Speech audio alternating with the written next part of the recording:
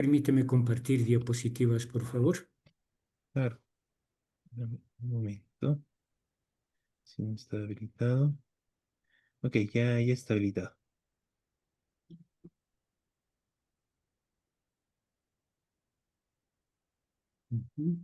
¿Cuál es?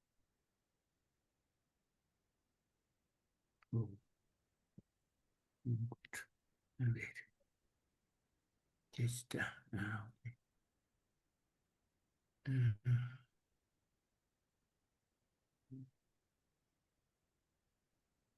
un momentito, no encuentro mis diapositivas. Ujú. Tendría que estar aquí. Esto, pero, a ver, ahí. Ahí tenemos.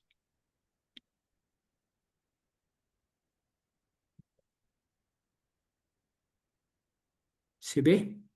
Sí, se ve bien. Perfecto. Muy bien. Disculpen.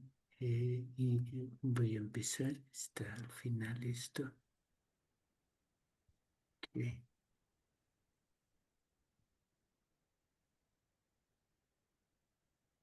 Bien, entonces el título de lo que voy a exponer es Guerra contra los narcoterroristas, así lo ha llamado el gobernador de Río de Janeiro, o lo que voy a plantear contra los empobrecidos y racializados por el capitalismo. Me interesa esta categoría no solo de empobrecidos, que también lo son, sino más bien, y también racializados. Más del 80%, y en la foto podemos ver los jóvenes asesinados, más del 80% de estos jóvenes asesinados son negros, son afros. Este es un dato que de principio nos tiene que llamar la atención.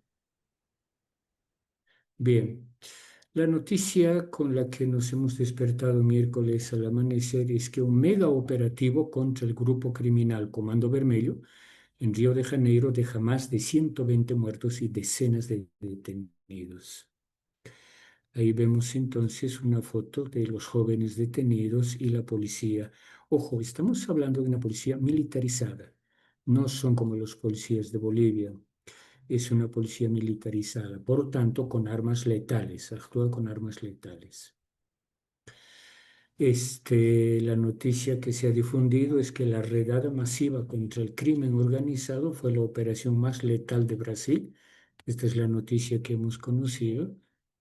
La operación policial más letal de Brasil con una cifra hasta ese momento de más de 130 muertos. Esta es una foto panorámica de La Peña, que es uno de los complejos de favelas, junto con el complejo alemán. Y es aquí donde se expusieron los primeros 60 muertos asesinados, jóvenes asesinados por la policía militarizada. Me interesa esta foto para que vean un poco las condiciones en las que viven estos jóvenes, ¿no? En una verdadera favela, que en Bolivia sería barrio marginal empobrecido, extremadamente empobrecido. La operación policial más sangrienta en el área metropolitana de Río de Janeiro. El caos, llamado así por la prensa, comenzó el martes 28 en la zona norte de la ciudad brasileña, Río de Janeiro, entre los complejos de favelas Peña y Alemão, escenario central de la operación policial, perdón, y se extendió por toda la capital carioca. Capital carioca, Río de Janeiro, ¿verdad? Perdón. Al menos 121 personas murieron, es el dato inicial que se tenía, y 113 fueron detenidas, según cifras oficiales de la Policía Civil y Militar de Río de Janeiro, que llevó a cabo la operación contra la facción Comando Vermelho, que en español es Comando Rojo, ¿no? Perdón. Este, la operación que ha llevado a cabo la gobernación de Río de Janeiro se ha llamado contención. Y lo que yo planteo es contención o más bien masacre La mega operación policial de represión fue clasificada por el gobierno estatal de Río de Janeiro como la mayor operación de las fuerzas de seguridad de Río de Janeiro. Entonces, fíjense en principio la gran cantidad de aparato militar y policial que se despliega para reprimir y asesinar a los jóvenes. El gobernador de Río de Janeiro, Claudio Castro, tome muy en cuenta este nombre, es muy importante, Claudio Castro, aliado político del expresidente Jair Bolsonaro. Este Castro es parte de los más de 12 gobernadores en Brasil que son del partido de Bolsonaro, es decir, de la extrema derecha, es decir, del fascismo brasileño. Un fascismo directamente heredero de las dictaduras sangrientas militares de Brasil. Entonces, el gobernador describió lo sucedido como el mayor operativo de las fuerzas de seguridad de Río de Janeiro. Forma parte, dijo él, de la operación contención para que el Comando Vermelho no se siga expandiendo territorialmente, a eso llaman contención, una iniciativa permanente del gobierno de Río para intentar contener la expansión territorial del Comando Vermelho, que domina varias zonas de la ciudad, por supuesto, no solo las favelas. Aquí es importante decir, se podría ampliar mucho más, entiendo que nuestro tiempo no es mucho, pero ¿por qué esta operación de contención? Es decir, ¿a quién le favorece que el Comando Vermelho deje de expandirse?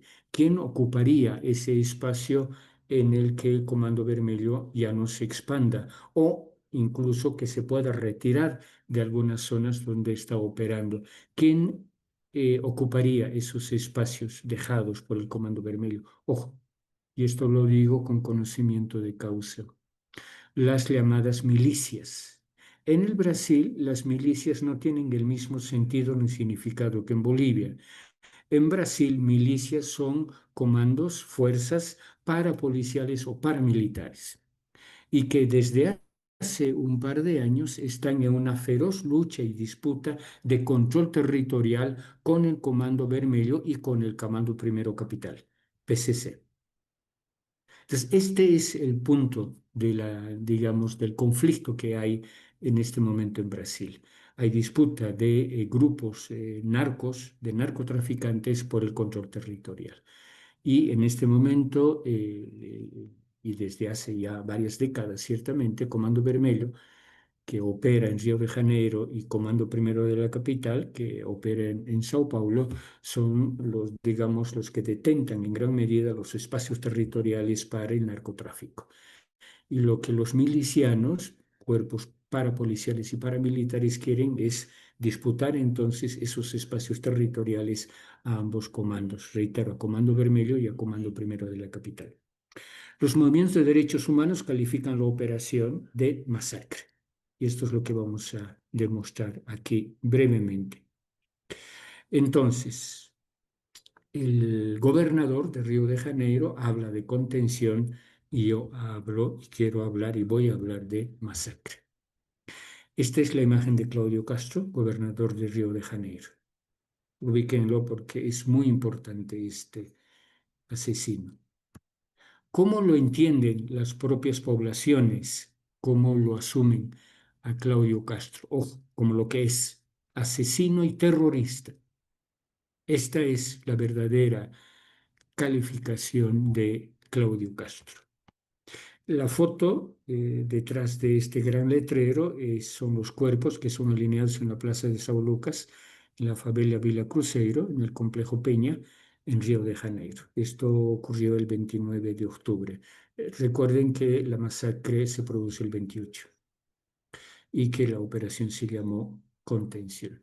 Aquí interesa entonces cómo la gente asume a Claudio Castro, asesino, criminal, terrorista. Aquí vemos una foto en la que los cuerpos de los vecinos de la favela Complexo de Peña, muertos, asesinados en la redada policial, yacen cubiertos en una calle de la barriada, en la favela. Son las primeras decenas de muertos que empezaron a llegar.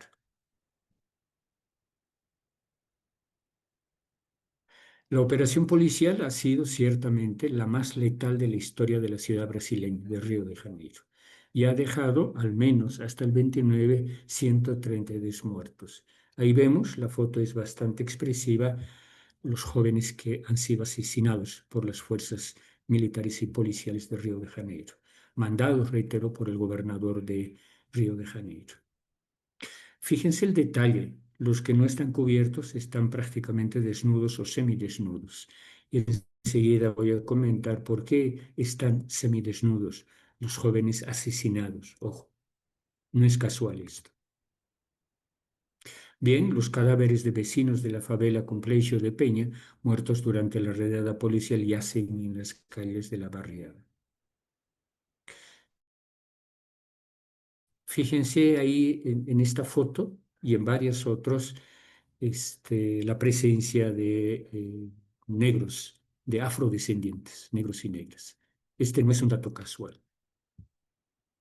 Bien, el Comando Vermelho, rápidamente, la historia es mucho más compleja, pero rápidamente les comento. El Comando Vermelho nació dentro de las cárceles, en el corazón del Estado.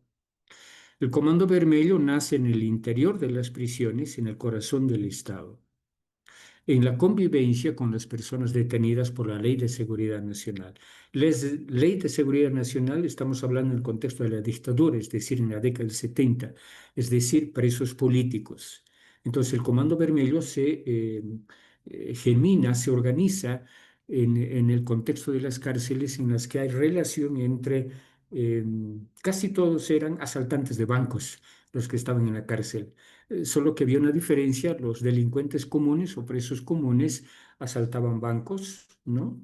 Y los presos políticos también asaltaban bancos para sustentar la resistencia contra la dictadura militar brasileña.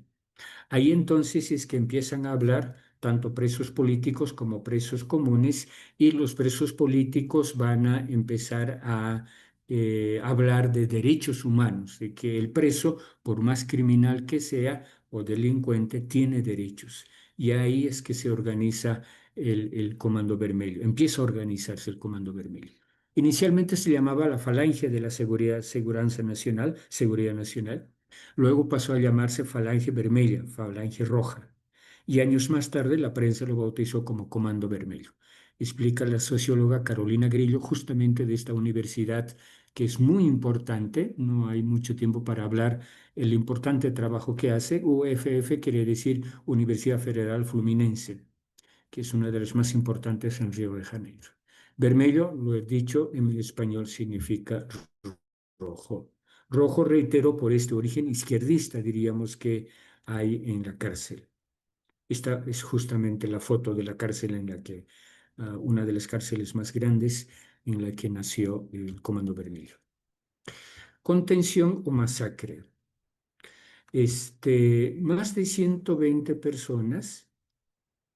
Así es, más de 120 personas murieron y 81 fueron detenidas. De hecho, estas cifras luego aumentaron impresionantemente.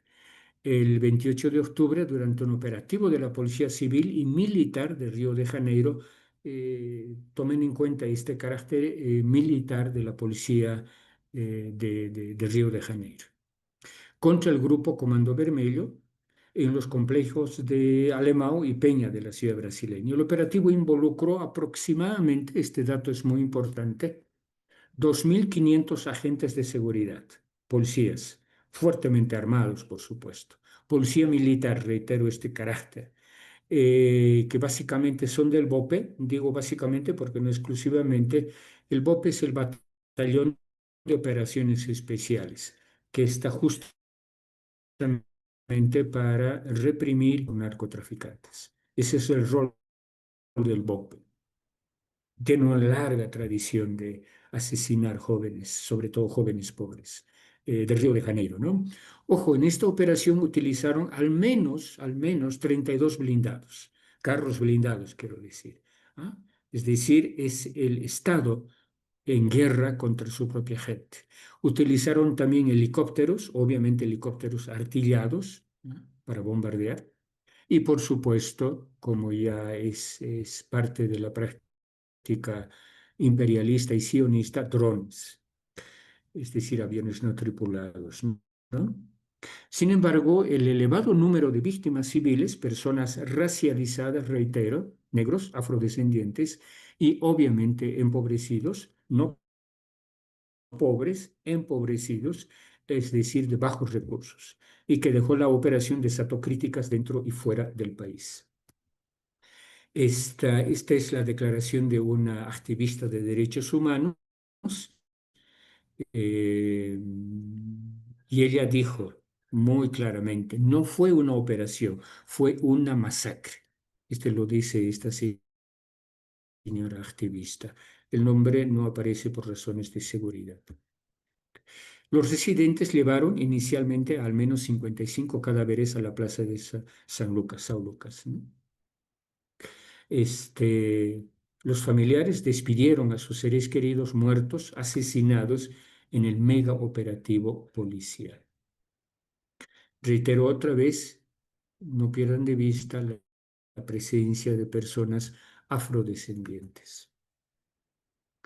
Contención o masacre. El Ministerio Público de Brasil y la Defensoría Pública Federal pidieron explicaciones al gobernador, a Claudio Castro.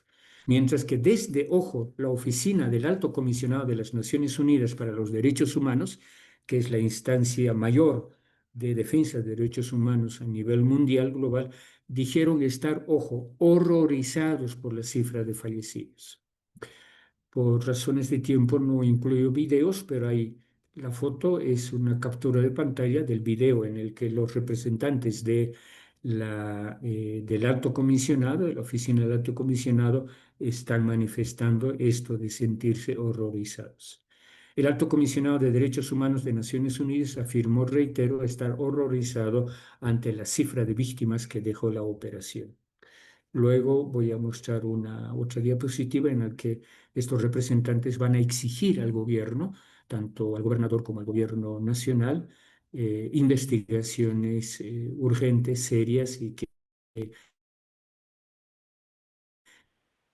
se identifiquen a los responsables de estos asesinatos. Más letal. Sucesos como los registrados el 28 de octubre son frecuentes en la ciudad brasileña. Ojo, esta no es la primera vez ni la única vez que ocurre este tipo de masacres, de incursiones criminales de la policía militar en las favelas.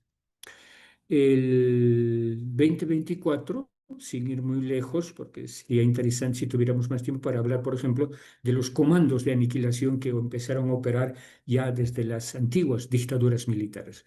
Recordemos que la dictadura fascista en Brasil proviene de al menos el año 64. Hace más de 60 años, ojo, que hay estas prácticas contra las poblaciones negras e empobrecidas. El 2024, alrededor de 700 personas murieron, fueron asesinadas en operaciones policiales. Ojo, casi dos por día.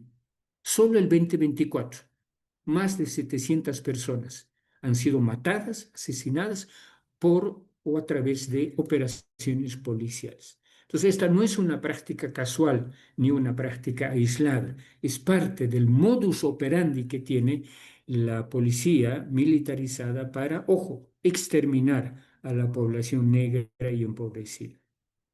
Los tres procedimientos policiales más letales registrados hasta el momento han ocurrido durante la gestión, ojo, del actual gobernador, Claudio Castro. Sí, estamos frente a una gobernación fascista. Además de la actual, de lo que ha ocurrido el martes 28, los otros dos operativos policiales se dieron en mayo del 2021, cuando murieron 27 civiles y un policía, y en mayo del 2022 con al menos 23 personas muertas, asesinadas, una y otra vez reitero esto. Entonces, no estamos frente a una práctica, reitero, aislada, ni casual tampoco. Es parte de toda la estrategia del fascismo brasileño y del imperialismo también de asesinar a las poblaciones empobrecidas negras. De enero de 2007 a octubre del 2025 un grupo de estudios universitarios de esta Universidad Federal Fluminense registró al menos 707 acciones policiales que derivaron en muertes en la región metropolitana. 2.905 civiles y 21 policías. Ojo, 2.905 civiles, prácticamente 3.000 personas civiles que han sido matadas por algunos datos nada más, podría dar muchos más, pero para darles a entender que lo que ha ocurrido el martes 28 no es aislado, es parte de una estrategia de exterminio que tienen las gobernaciones y el fascismo brasileño en general. Estos datos que han ocurrido de la cantidad de jóvenes y poblaciones negras empobrecidas que son asesinadas, y además todo esto bajo la más absoluta impunidad. Esto es lo más grave, compañeros, bajo la más absoluta impunidad. Ningún policía es detenido por matar jóvenes o pobres.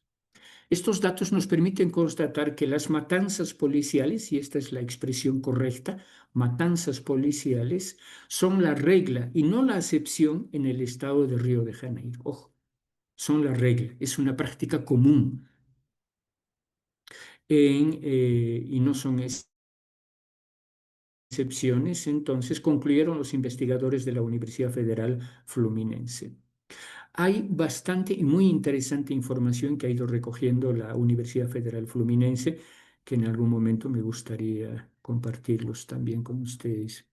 Esta política de seguridad centrada en operaciones policiales, militares, en favelas, es decir, en barrios empobrecidos, además de implicar costos muy altos en términos de pérdidas de vida humana, vidas humanas, ha demostrado, las comillas son de la universidad, ha demostrado ser, ojo, y lo decía también Diego, ha demostrado ser ineficiente en el control del crimen, incapaz de reducir los hechos delictivos. Ojo, primero entonces ha demostrado ser ineficiente en el control del crimen. No disminuye el quantum del crimen, más bien aumenta. Otro, incapaz de reducir los hechos delictivos. Siguen sucediéndose asesinatos, secuestros, etc. Y igualmente es incapaz, ineficiente, deficiente en contener el avance del control territorial armado por estas bandas armadas, narcotraficantes, delincuenciales, de secuestro para la trata y tráfico de personas y un largo, etcétera. Entonces, con más o menos operaciones policiales, estos problemas muy graves continúan en los barrios empobrecidos. La recurrencia de incursiones policiales armadas, recurrencia quiere decir cada vez, incursiones policiales armadas, y por tanto quiere decir que matan gente, con tiroteos en territorios además densamente poblados, las favelas, y estimo que creo que Miguel conoce el Río, las favelas son lugares suma y densamente poblados, muy, muy poblados. Entonces, una incursión policial armada que dispara además, ¿no es cierto?, balas de verdad, mata mucha gente. Revela entonces el descuido del Estado, no solo descuido, sino una política planificada, pero no hay ni cuidado ni preservación de las vidas negras y en general no hay preservación, menos seguridad para las favelas. Es aquí donde operan los grupos parapoliciales y paramilitares. Y el gobierno, reitero, no ofrece seguridad alguna. La operación más letal. Aquí en Brasil no existe la pena de muerte, igual que en Bolivia. No hay, legalmente no hay pena de muerte. Pero ayer aquí, en el complejo de Alemão y el complejo de Peña, se aplicó la pena de muerte.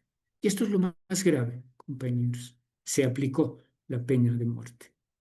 Quienes determinaron esta pena de muerte fueron los propios policías. Ellos, los policías armados, deciden quién muere y quién vive.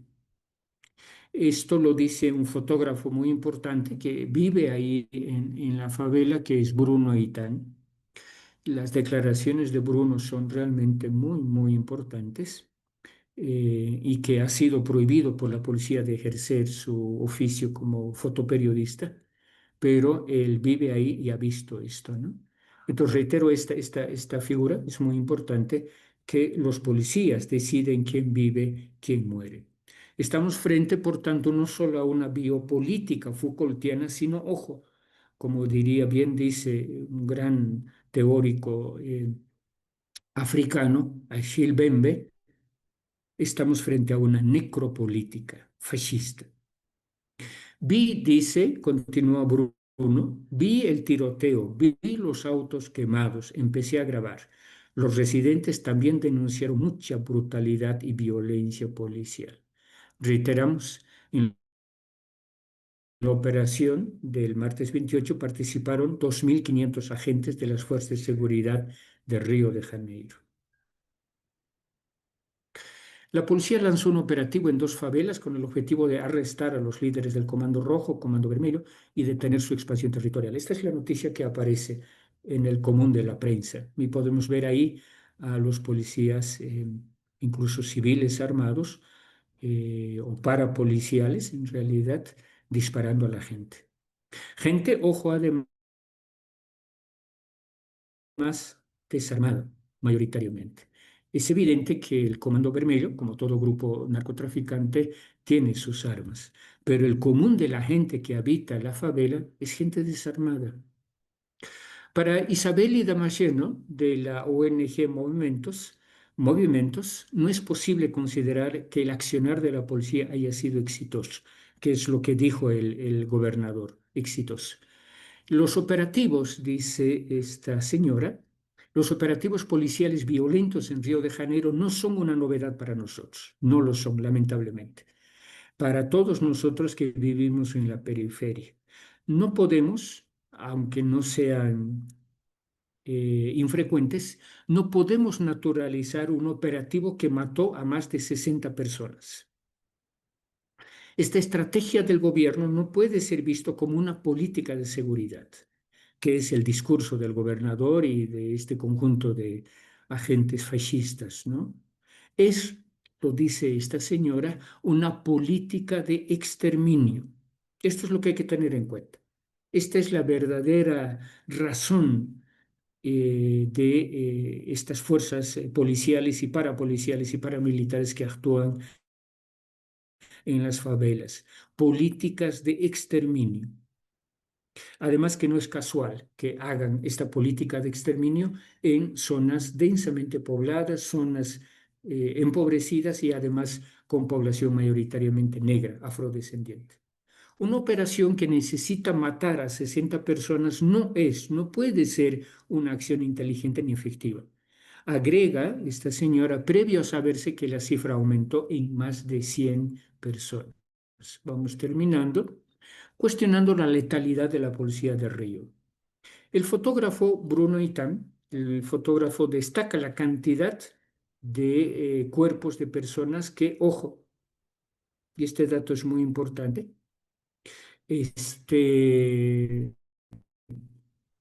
si bien la mayoría de los jóvenes que han sido matados han sido por bala, pero también personas que murieron, ojo, apuñaladas.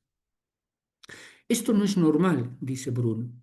Probablemente esta sea la mayor operación en la historia de este país, recordando la masacre de Carindirú, en la que 111 reclusos fueron asesinados en la cárcel para sofocar una rebelión en el centro penitenciario de Sao Paulo en 1992.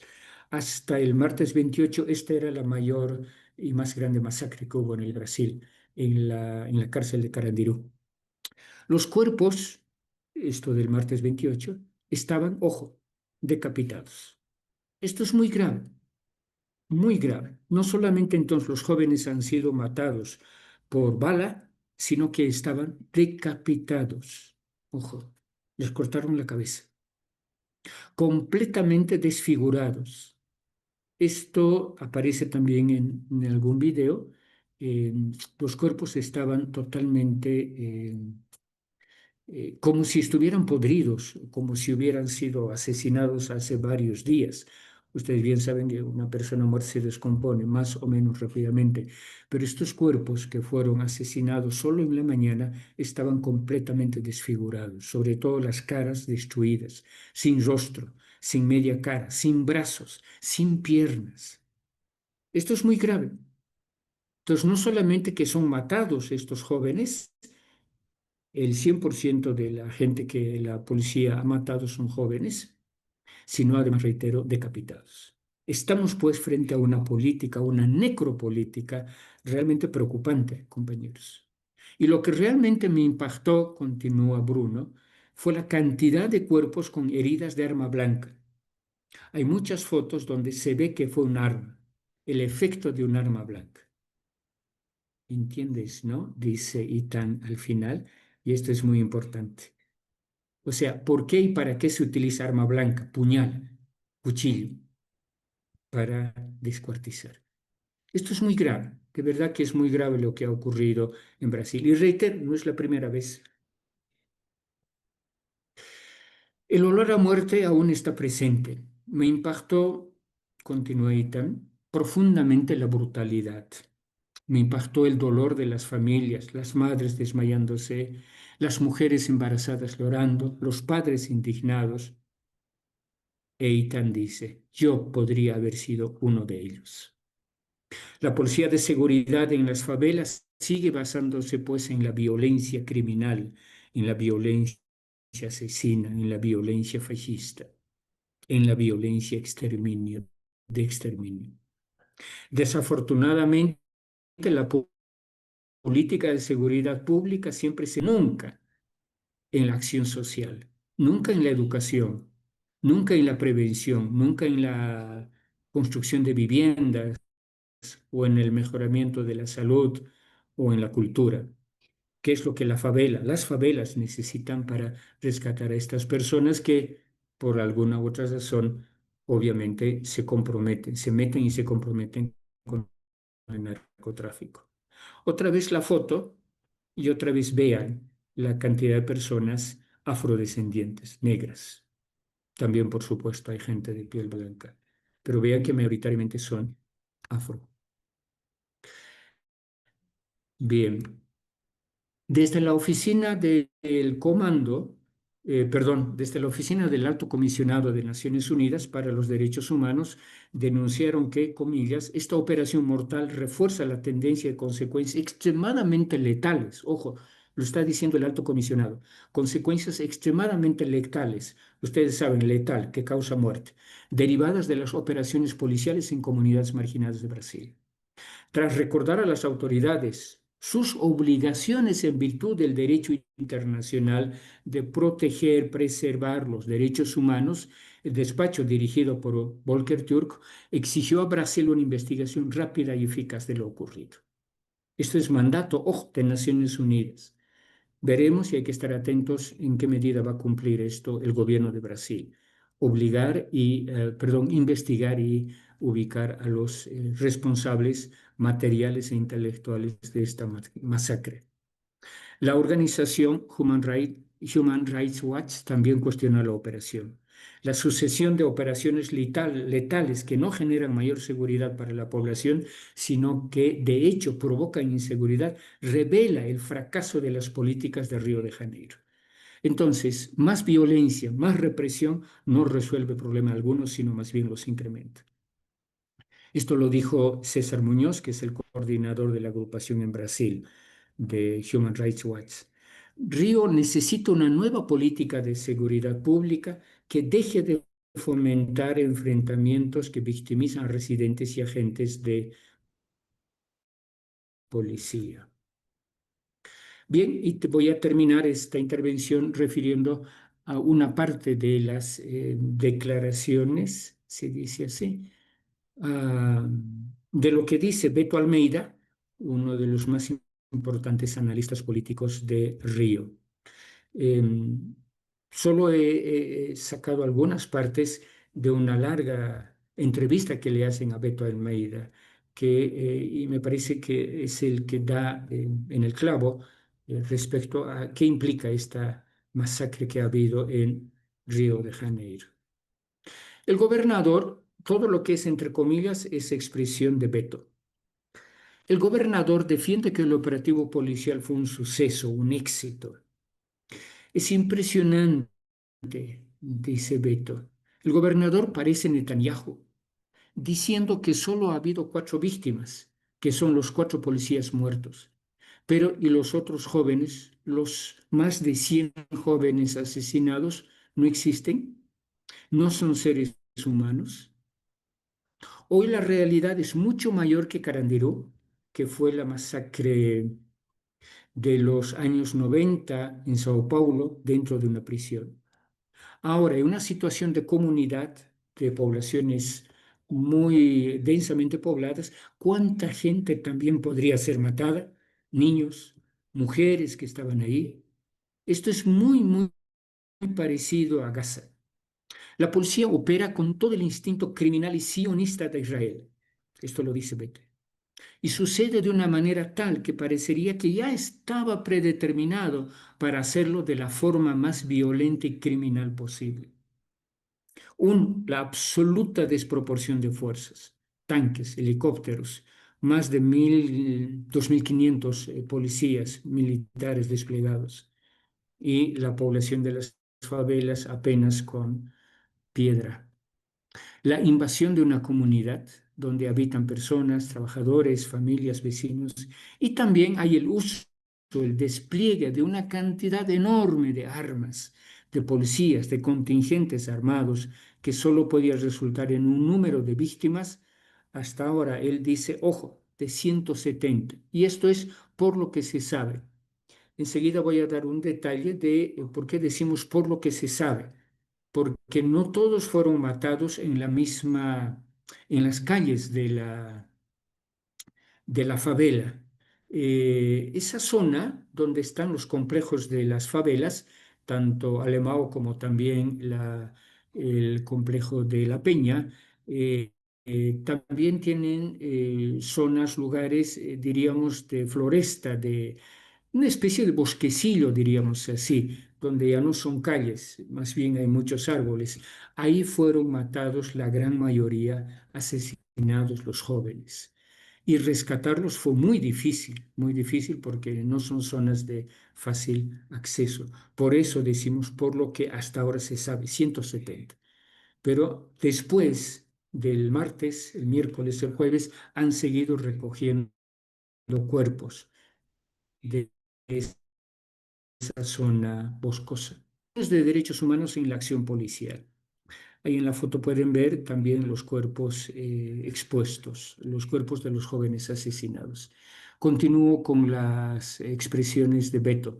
Están encontrando cuerpos en la maleza, esto, en el bosquecillo, en la maleza próxima, donde las propias comunidades están indicando que hay cuerpos que habían sido torturados y asesinados y además con tiros en la cabeza. Ojo, cuerpos torturados, decapitados y también asesinados con tiros en la cabeza. Esto de asesinar con tiros en la cabeza, fíjense que es exactamente la misma estrategia que utiliza el ejército sionista en Palestina. No estaba en combate ni estaba armada, en absoluto. No había lucha. Han sido, ojo, lo dice este analista político, ejecuciones claramente extrajudiciales, por tanto ilegales. No hay enfrentamiento. Son simple y llanamente ejecuciones extrajudiciales, claramente extrajudiciales. En anteriores operaciones policiales que acabaron en matanzas, reitero, esta no es la primera vez, organizaciones como Amnistía Internacional han denunciado ejecuciones extrajudiciales, que se quería, que estaba planeada, planificada, era matar lo máximo posible. Lo que pasó fue pues una masacre absolutamente desalmada, inhumana. Y lo grave, no es la primera vez. Y no se discute el entorno. Ya voy terminando. Y no se discute el entorno, dice este analista político Beto. No se discute el contexto de todo esto, que ojo, es la miseria. De hecho, esta es la raíz del narcotráfico, esta es la raíz de por qué jóvenes se sienten o se ven compelidos a ser parte del narcotráfico. Es la situación de miseria en la que vive la absoluta mayoría de las poblaciones faveladas. Igualmente la pobreza que hay, una pobreza extendida, no solo pobreza, extrema pobreza. Hay pues una masacre y ocurre exactamente en las áreas de gran miseria, en las zonas más empobrecidas y además concentradas, es decir, densamente pobladas, como son los morros de Río de Janeiro, así se llaman esos lugares donde están las favelas más empobrecidas. El tipo y las características, falta una S, del comportamiento del gobernador Claudio Castro muestran que ya tenía todo premeditado, planificado, matar lo más posible. El gobernador está pues muy animado con las declaraciones de Trump. De hecho, sigue las declaraciones de Trump y las acciones y las amenazas de Trump. También se siente el gobernador muy animado, muy estimulado por las prácticas del ejército sionista israelí y su actitud asesina, criminal y genocida en Gaza. Por eso, por todo eso, en verdad es muy peligroso. Esta política no solo de Brasil, sino también que se puede ir extendiendo a otros países latinoamericanos. De hecho, la policía chilena, bajo incluso un gobierno supuestamente izquierdista como el de Boric, actúa de esta misma manera con los mapuches, con la gente que reclama su territorio, que reclama su tierra. Y no había en absoluto ninguna otra razón, esto lo dice Beto, para una masacre de estas proporciones. Más de 100, 170 según él, jóvenes asesinados. El dato de 170, ojo, es hasta el jueves. No tengo datos de ayer ni de hoy. Esta frase es muy importante del gobernador. Si son terroristas, fusílenlos. La orden de eliminar a decenas de hombres, mayoritariamente jóvenes, cuando ya habrían sido reducidos en los morros de Río de Janeiro, parece haber sido impartida desde lo más alto del poder, de la gobernación, de Castro y compañía, de Claudio Castro, Castro, ¿no? Del gobernador. Los cuerpos de esas más de 60 víctimas fatales fueron encontrados por vecinos durante la madrugada del miércoles 29 en un área de floresta llamada Mata de Bacari, un laberinto verde por donde los presuntos miembros del cartel Comando Vermelho intentaban darse a la fuga, escapar. Uno de los encargados del traslado de los cadáveres hasta la zona urbanizada de las favelas del complejo de Peña fue Raúl Santiago. En 36 años de favela, dice este señor, pasando por varias matanzas, reitero una y otra vez, esta no es la primera, nunca vi, dice Raúl Santiago, nunca vi nada parecido a lo que estoy viendo hoy. Brutal. Esto es algo nuevo.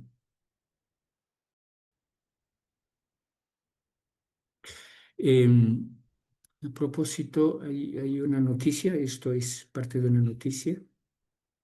Castro ha abrazado la tesis de que los narcotraficantes son terroristas, como sostiene el presidente estadounidense Donald Trump, con su discurso y cuando perpetra ataques impunes extrajudiciales contra supuestas narcolanchas, lo que decía Miguel hace un momento, ¿no es cierto? Tanto en las costas de Venezuela, en el Caribe y también eh, sí, en el Caribe colombiano también. eh, Trump está asesinando, matando gente que está en las lanchas, que supuestamente serían narcolanchas. El gobernador brasileño se ha referido a los miembros del Comando Vermelho como narcoterroristas, un calificativo que también ha usado el senador Flavio Bolsonaro, hijo del expresidente brasileño Jair Bolsonaro. Flavio Bolsonaro sugirió la semana pasada a Estados Unidos, fíjense esto, senador sugirió la semana pasada, esta noticia es de anteayer, sugirió la semana pasada a Estados Unidos que atacara las embarcaciones que, según acusó sin pruebas, navegan cargadas de droga por la bahía de Guanabara frente al río. Ubican Bahía de Guanabara, ¿no? Una de las playas más hermosas en Río de Janeiro. Entonces, este gobernador dijo, perdón, el senador dijo que Estados Unidos ataque como está atacando en el Caribe las supuestas narcolanchas, ¿no? Esto es muy grave, ¿ah? O sea, un senador de la República pidiendo al imperialismo que ataque a su propia gente. Bien, reitero, según moradores que hablaron sin dar sus nombres al diario Globo, algunos cuerpos tenían perforaciones de bala en la nuca, varios estaban con las manos amarradas, signos de que fueron eliminados, ojo, sin presentar resistencia, es decir, fueron asesinados. Cubiertos con mantas o lonas improvisadas, los cadáveres fueron depositados uno al lado del otro en la plaza de São Lucas, que hemos visto, de la favela Complexo da Peña. Están las otras comunidades atacadas por la policía militar. Bien, obviamente que esto genera indignación en la población. Ahí pueden ver la foto en que están expuestos los cuerpos. Aunque no es la primera vez que ocurre una matanza en las comunidades sometidas a una persistente guerra del Estado contra la población humilde, ojo, predominantemente negra, los acontecimientos de estos últimos días tienen singularidades. Solo nombro dos singularidades por razones de tiempo y con esto vamos terminando. La ofensiva de la Policía Militar del miércoles 28 a cielo abierto, con 20 vehículos blindados y helicópteros artillados, dejó el mayor número de fallecimientos de la historia de Río. Los hechos de las primeras horas del miércoles 29 elevaron aún más las cifras, haciendo que los dantescos martes 28 y miércoles 29 de octubre superen a la masacre de la prisión de Carandirú ocurrida en el 92. Ahí podemos ver otra vez la cantidad de jóvenes que fueron muertos, asesinados, y reitero, porque es muy importante la presencia de la gente afro. Bien, y lo último, no hay control del Estado brasileño sobre el ingreso de armas por la bahía de Guanabara. Esas armas no se fabrican en la comunidad, o sea, en las favelas no se fabrican armas. Ahí no hay metalurgia, no hay fábrica de armas. ¿De dónde vienen? ¿Quién los controla? ¿Quién los vende? ¿Con qué permisos? ¿Y por qué no se discute el tema de la legalización de la droga? Y este en realidad es el tema que yo creo que nosotros también en Bolivia debemos trabajar urgentemente, la legalización de las drogas, porque terminaría con esa guerra que nadie puede ganar. El tráfico internacional de armas tiene mucho interés en que siga la guerra contra las drogas. Es pues, como bien nos enseña la maestra María Loman, es una falsa guerra porque la tensión y el capital que circula para el lavado de capital, ojo, es del interés de los grandes jefes del narcotráfico, no es de la gente empobrecida, no es de la gente humilde, que no están en la favela, obviamente. Fíjense además esto, la policía militar asesina jóvenes en barrios empobrecidos, donde no pues no está ninguno de estos jefes del narcotráfico.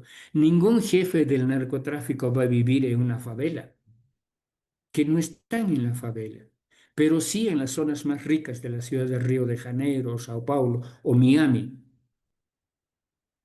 Y la narrativa de los medios de comunicación, esta es otra cuestión muy grave, compañeros, es unilateral y siempre condenatorio contra los pobres. Es decir, que, bueno, si son terroristas y si son narcos, hay que eliminarlos. Es gravísima esta ilógica asesina y criminal que se instala también, incluso en los sectores de la sociedad, no solo del gobierno. Los titulares de la prensa sirven para engordar la versión de Trump en el sentido que Brasil está sin control y sometido a una intervención en narcotráfico, y no es así. La policía, en vez de hacer un trabajo de inteligencia, hace un trabajo solamente de matar, para decir que es la única manera de defender la legalidad. De esta manera pone en riesgo la vida de toda la comunidad, de gente decente, que vive en lugares muy pobres, porque además no hay otra posibilidad de vivir ni de trabajar. Hoy se impide el verdadero y necesario debate sobre el contexto que generan las dependencias económicas y financieras del tráfico de drogas. Esto no se discute. Algo nos decía Diego, pero hay que continuar discutiendo esta cuestión. Si esos jóvenes, porque son jóvenes todos los que fueron asesinados, tuvieran oportunidades, no estarían dependientes del narcotráfico. Si esos jóvenes tuvieran perspectivas de vida, no serían asediados por el narcotráfico. Los jóvenes ingresan en el narcotráfico porque no tienen otra manera de encontrar la sobrevivencia. Entonces, es un tema que tiene que ser tratado con seriedad para encontrar empleo, generar empleo, educación, salud, trabajo, vivienda digna para la juventud. Hay que liberar recursos para proyectos que generen empleo masivo, para transformar Brasil, para superar las desigualdades muy grandes, justas, profundas, y que todavía lamentablemente hoy existen en el Brasil. Y lo último, quiero terminar con este mensaje de una de las lideresas más importantes del complejo de favelas Salmão. La favela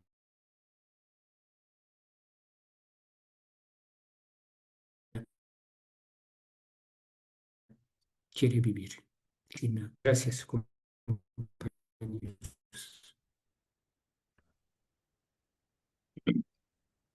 Muchas gracias, José Luis. Realmente muy completa la exposición sobre esta masacre que se vivió en Río de Janeiro, ¿no? También relacionada con el tema del narcotráfico, bueno, que se hizo con la excusa del narcotráfico, ¿no? Y bueno, ahí en el camino igual, eh, bueno, muy importante también la exposición del compañero Diego Giacomán.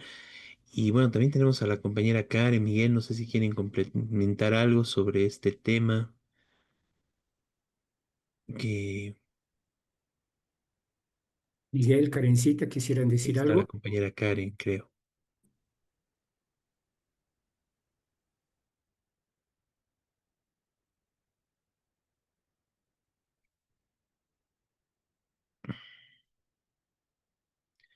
De Karen tenemos, está tu micrófono abierto, la cámara no, parece que intentó conectarse, pero al final no.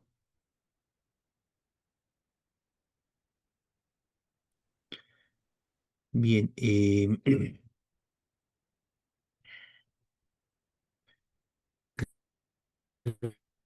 vamos. poco. ¿Ah? Beto. O quizás Diego también, o ya se fue. Se fue, ya salió del compañero Diego Giacoman. Vamos a cortarla. Ahí está. Quizás lo que se Parece que perdió la podría conexión añadir, también, algo Karen. más, es que el supuesto retorno de la DEA va a implicar Ujú. mayor represión. Sí. Y esta experiencia de Brasil podría trasladarse también a Bolivia. Está Jorge, creo que Ujú, no está escuchado. Si puede decir algo también, Jorge. ujú. Y perdimos la conexión de Karen. Ahí está volviendo Karen. No, me parece muy importante lo que dijiste. Karen, ¿quieres decirnos algo? Ahí la tenemos de vuelta, Karen. Karen, no te escuchamos. Estás con el micrófono. Ahora sí. Sí, lo siento, es que no imaginaba este nivel de brutalidad por parte del ejército. O sea, y lo peor es que se está masificando lo que está pasando en Gaza. Y como bien dice la maestra Rita Segato, Gaza somos todos y los próximos seremos nosotros. Nadie estamos libres. Si se dieron cuenta, no podía contener la lágrima del ojo izquierdo durante toda la exposición porque es, eh, es impresionante. Disculpa, José Luis, no puedo decir nada más. Mm, no, cierto, es fuerte. Y esta Gracias, es Karen. solo una parte de la información que hay. Hay videos que realmente son impresionantes, impresionantes, que tal vez las próximas podemos compartir algunos. Y sí, realmente es fuerte, es impactante. Gracias, Karen. Miguel, ¿quisieras comentarnos algo?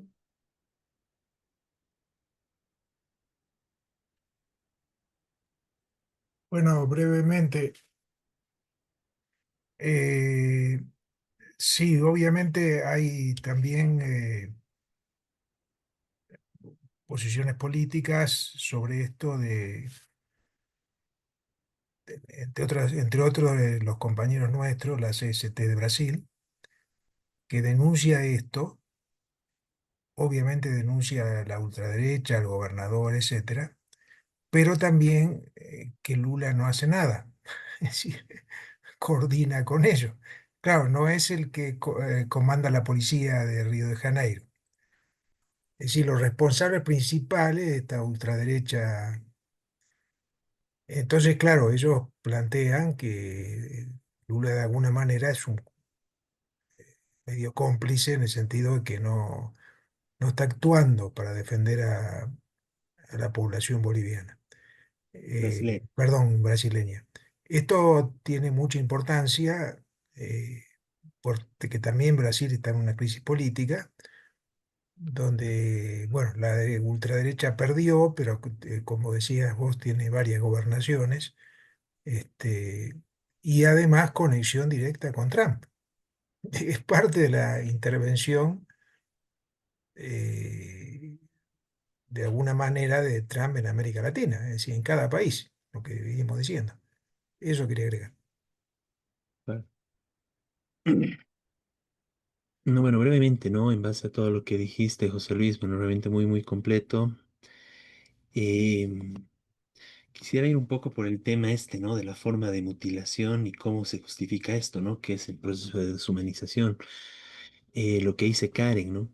Estamos en una etapa del capitalismo actualmente donde, bueno, lo que tenemos enfrente es un capitalismo de una época de genocidios, ¿no? Es un capitalismo genocida, ¿no? La peor expresión de esto es lo que vemos en la Franja de Gaza, el genocidio que comete Israel contra Palestina, pero no es el único lugar, ¿no? Aprovechar este momento igual para hablar brevemente de Sudán, del Congo, donde también se están cometiendo genocidios, se está masacrando a la población por intereses económicos, ¿no? Por el tema centralmente de los minerales en ambos países, con presencia incluso del mismo sionismo, ¿no? A través de sus empresas. Entonces estamos en una época de genocidios, ¿no? Ese es el imperialismo, el capitalismo imperialista del siglo XXI. Y bueno, se está viendo este tipo de avances en el marco de la crisis tan profunda que tiene el imperialismo estadounidense, crisis sobre todo en el marco de que no puede imponerse sus planes tal cual los quisiera, ¿no? Le salen problemas por todo lado, no puede realmente imponerse, recuperar su hegemonía, restablecer ese control de todo el planeta, digamos, que es lo que quiere Trump, ¿no? Entonces, en ese marco pasan estas cosas, ¿no? Y lo que tenemos que ver en este tema, claro, este paralelo del tema del narcotráfico me parece muy importante tenerlo en cuenta, ¿no? Porque a nombre de narcotráfico, narcotráfico como se dice, se dice coloquialmente aquí, narcotráfico diciendo, ¿no? Vemos lo que hacen en Brasil, ¿no? Este tipo de asesinato brutal de la juventud, de personas racializadas, ¿no? Negros, como tú dices. También hubo algunas mujeres también que fueron asesinadas en este operativo en las favelas de Río de Janeiro. Y el tema es ese, o sea, no hay juicio, no hay no hay nada que realmente asegure que las personas tenían algún vínculo delictivo ni nada, y menos aún para ese tipo de violencia con la que se ataca contra ellos, ¿no? O sea, asesinatos sumarios, ¿no? Fusilamientos prácticamente, bueno, pero no hubo fusilamientos, ¿no? Pero pena de muerte directa, ¿no? Y es algo parecido, lo que hablábamos antes, que se da en el caso de Venezuela, Colombia, esta intervención militar de Trump en el Caribe, donde de igual, de forma sumaria, matan a personas que están en lanchas y como dijo el presidente de Colombia, ¿no? Petro, eran personas que hacían pesca, ¿no? Eran pesqueros, ¿no? Y ellos los están matando, los están bombardeando, ¿no? Y bueno, todo lo encubren bajo el rótulo de narcotráfico, ¿no? Y eso nos hace pensar qué pasaría si bajo la idea, la excusa del narcotráfico invaden Venezuela, ¿no? Igual veríamos ahí este tipo bueno, de masacres, ¿no? Y eso también es un tema, bueno, directamente vinculado con lo que antes nos decía el compañero Diego bueno, del rol de la DEA, ¿no? Que es esta política represiva que en realidad bueno, el compañero Diego incluso considera de que sí, digamos, en cierta forma sí ataca al narcotráfico, pero de forma equivocada, ¿no? Yo diría en qué medida realmente ataca esto al narcotráfico, pero lo que sí hace es eso, una política totalmente represiva, que va en general en contra de los pobres, sin pensar en una solución verdadera a estos problemas, ¿no? y bajo el rótulo de narcotráfico, porque ese es el discurso, ¿no? La narrativa que está imponiendo Estados Unidos, narcotráfico, narcotráfico, narcotráfico, Trump, y bajo esa excusa es el tema de ir generando masacres, asesinando personas, esta amenaza de invasión contra Venezuela, esto que se ve en Brasil, y claro, ahí el tema es de que Lula también se engancha en ese discurso, ¿no? No como son narcotraficantes, es el crimen organizado, entonces tenemos que cerrar filas, ¿no? Cerrar filas con los masacradores, en este caso de la extrema derecha, ¿no? Eso hace Lula, ¿no? Entonces tenemos que rechazar eso, ¿no?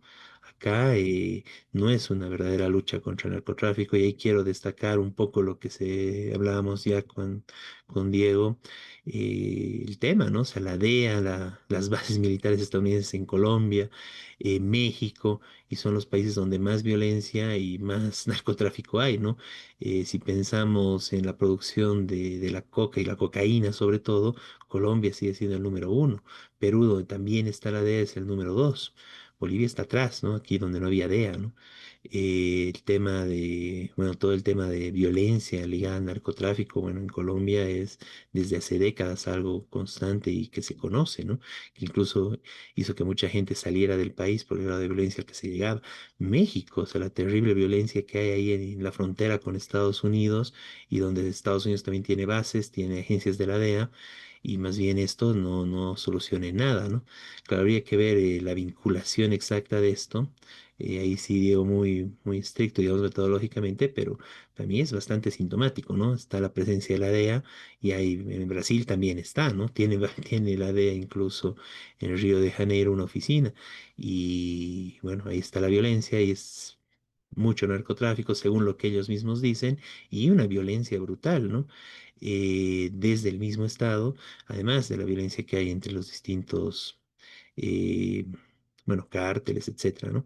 Entonces, me parece que es muy importante tener mucho cuidado y comenzar a desbaratar esta narrativa del imperialismo que está tratando de, con la excusa del narcotráfico, pasar a una generación de violencia en contra de los pobres, en contra de los pueblos, atentando contra la soberanía de los distintos países en el intento de recuperar su dominio de la región y del mundo en general, ¿no?